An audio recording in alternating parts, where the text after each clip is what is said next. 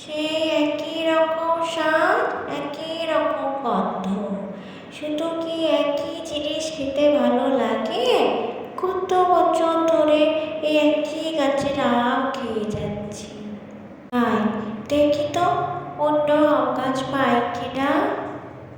ও মা, ওই তো একটা আম গাছ মনে হচ্ছে, কিন্তু ওটা তো একটা বাড়ির আম গাছ। দূর,